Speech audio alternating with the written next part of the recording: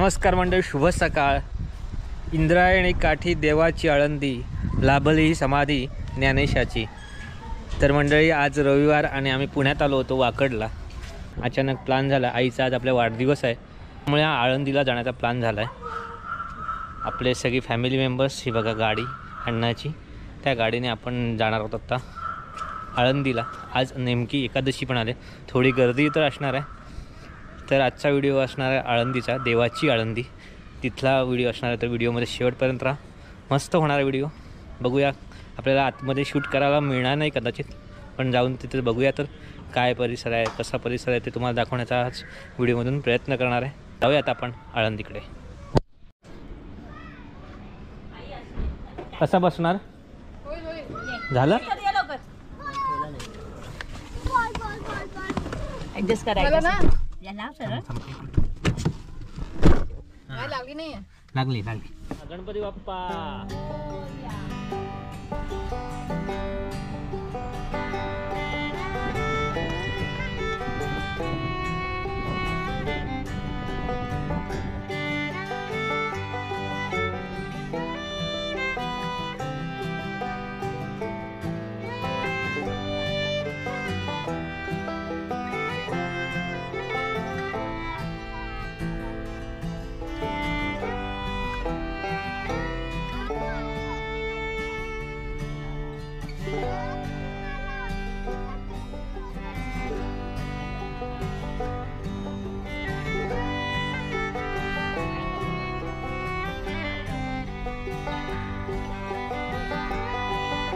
जो जे वांछील तो ते लाहो, असे म्हणत अखिल विश्वाची जणू काळजी वाहणाऱ्या संत ज्ञानेश्वर माऊलींचं संजीवन समाधी स्थान म्हणजे पुणे जिल्ह्यातील देवाची आळंदी. मंडळी,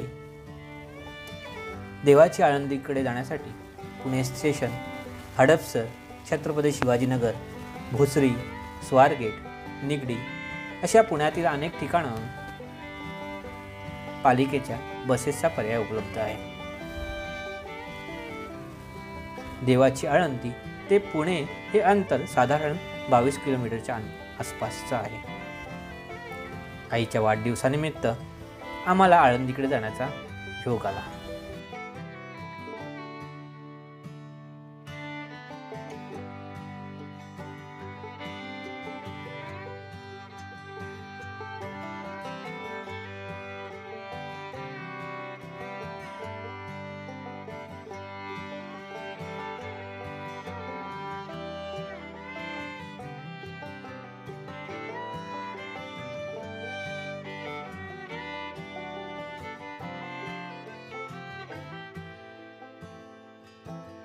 तर मंडळी, आपण आळंदीला येऊन पोचलो आहे. आज एकादशी असल्यामुळे सगळं ट्रॅफिक रोडला खूप आहे आणि पार्किंग पण हाऊसफुल झाले आहेत. गर्दी असणार आहे खूप. इथे पुस्तक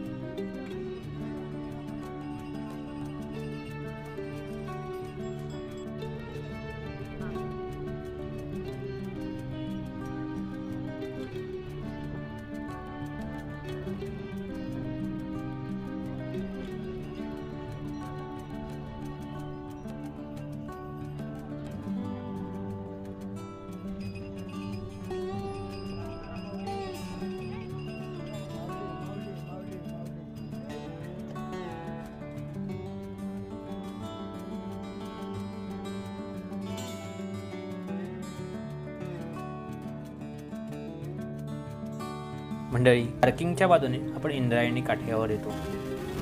इथूनच बाजूला चिंचोळी वाट आपल्याला माऊलींच्या समाधी मंदिराकडे घेऊन जाते.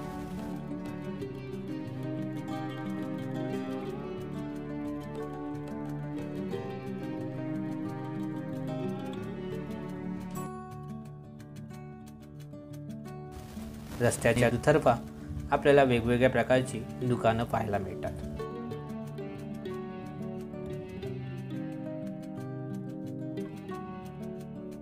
ही दुकानं पुस्तके, तुळशीच्या माळा, फुले, हार, प्रसाद अशा अनेक गोष्टींनी भरलेली पाहायला मिळतात.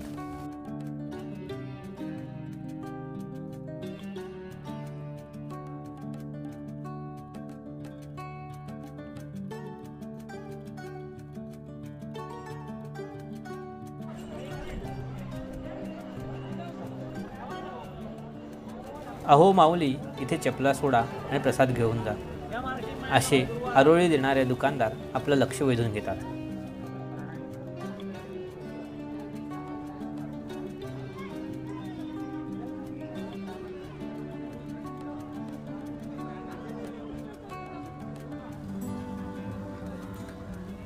आपण तिथे चप्पल ठेवतो आणि प्रसाद घेऊन माऊलींच्या मंदिराच्या मुख्य प्रवेशद्वारापाशी येऊन पोचतो. हे महाद्वार 1750 मध्ये बांधण्यात आले आहे. तर मंडळी, महाद्वाराची पहिली पायरी संत ज्ञानेश्वर महाराजांचे श्रेष्ठ भक्त श्री गुरु हैबतराव बाबा यांची आहे. पायरीवर नतमस्तक होऊन आपण देऊळवाड्यात प्रवेश करतो.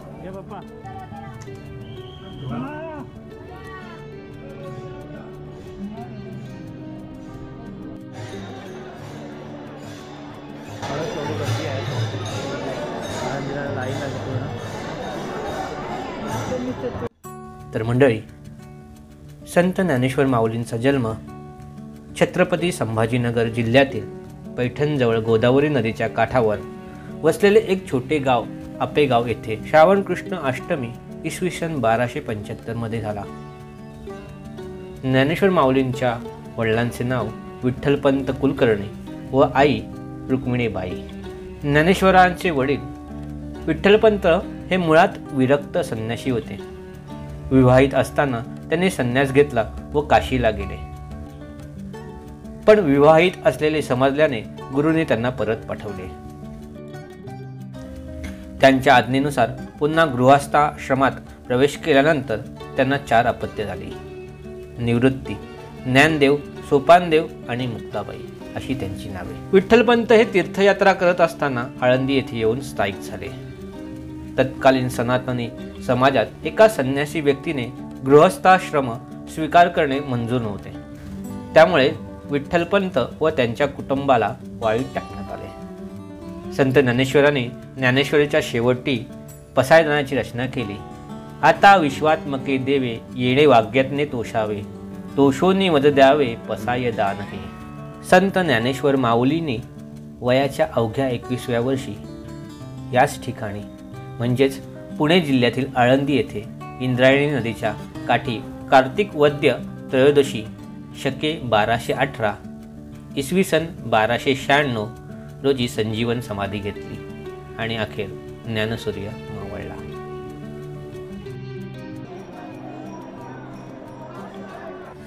मंदिर परिसरातील मुख्य आकर्षण म्हणजे सुवर्ण पिंपळ आणि अजान वृक्ष. गेली कित्येक वर्ष हे दोन्ही वृक्ष देऊळवाड्यावर आपली सावली धरून आहेत.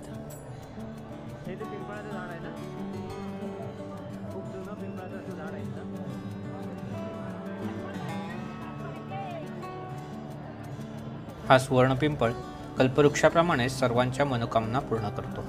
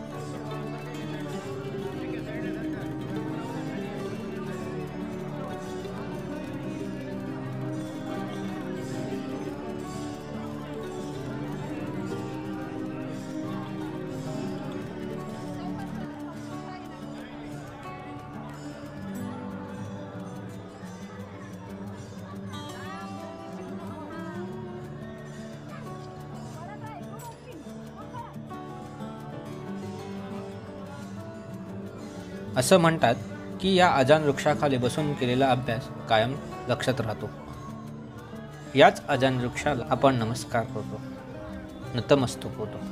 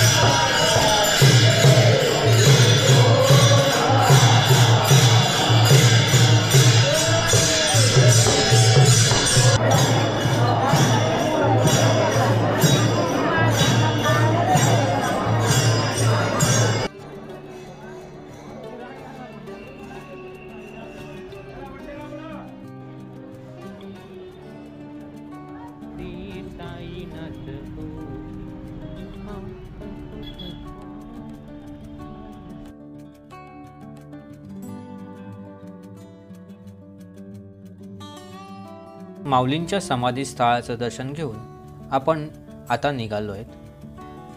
ज्या ठिकाणी माऊलींनी भिंत चालवली त्या ठिकाणी भेट द्यायला.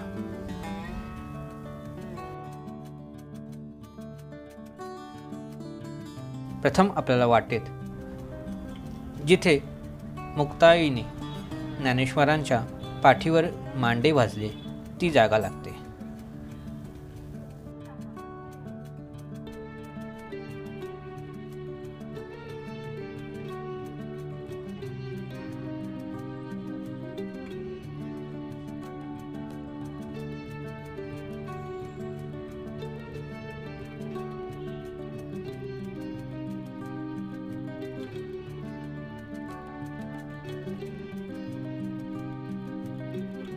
याची कथा अशी आहे, एकदा ज्ञानेश्वरांना मांडे खाण्याची इच्छा झाली. तेव्हा ते भाजण्यासाठी मुक्ताबाई खापर आणायला गेल्या. परंतु त्यांना साधं खापर सुद्धा कोणी दिलं नाही. उलट त्यांना त्याचा तास मात्र दिला गेला. तेव्हा ज्ञानेश्वरांनी मुक्तेस ते मांडे आपल्या पाठीवर भाजायला सांगितले आणि खरंच काही वेळातच मांडे भाजून गेले.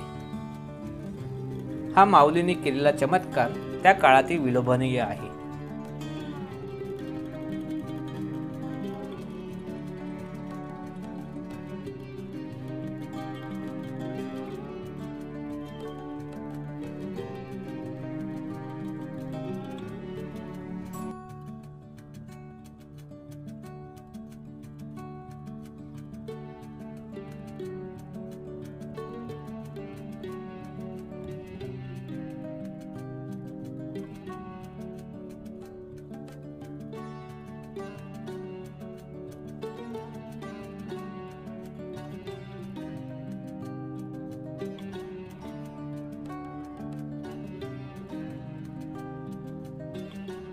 मुक्ताबाईंनी माऊलींच्या पाठीवर मांडे भाजलेली ते ठिकाण बघून आपण आता येऊन पोचतो.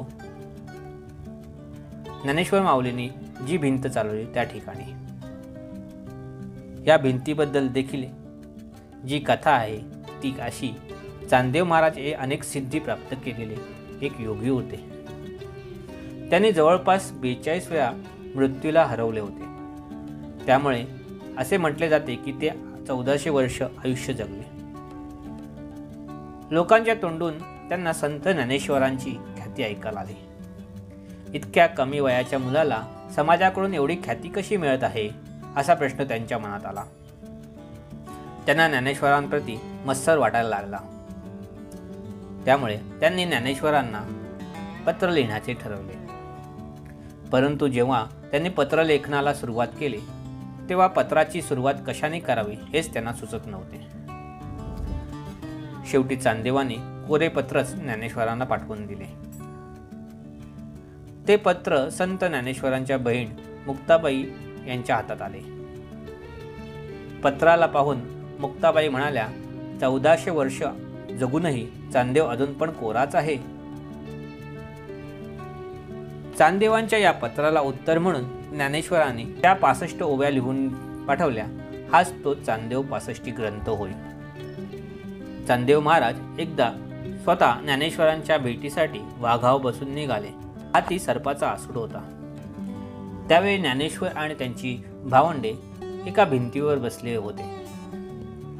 चांगदेव भेटीला येत आहेत हे समजल्यावर ज्ञानेश्वरांनी ती स्वतः बसलेली भिंतच चालवली व चांगदेवांच्या स्वागतासाठी सामोरे गेले. आपण फक्त प्राण असलेल्या जीवितांना वशीभूत करू शकतो, परंतु ज्ञानेश्वर हे निर्जीव वस्तूंना सुद्धा वश करू शकतात. हे पाहून आपण ज्ञानेश्वरांना कमी लेखण्यात चूक केली याचा त्यांना पश्चाताप झाला.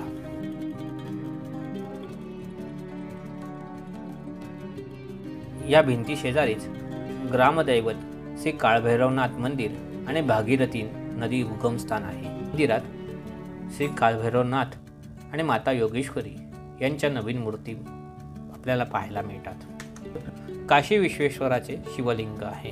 त्यांच्या पुढ्यात भागीरथी नदीचे उगमस्थान आहे.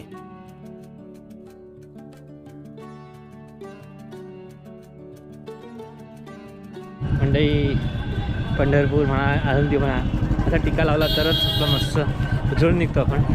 आता आपण पण गंध लावून घेतला आहे, दर्शन घेतलं. माऊलींचं थोडंसं लांबून दर्शन घ्यायला लागलं कारण आज खूप गर्दी होती आणि आपल्याला मुंबईला पण जायचं होतं. त्यामुळे आपल्याला तिथे लाईनला 3-4 तास लागणार होते. त्यामुळे आम्ही लांबूनच दर्शन घेतलं माऊलींचं.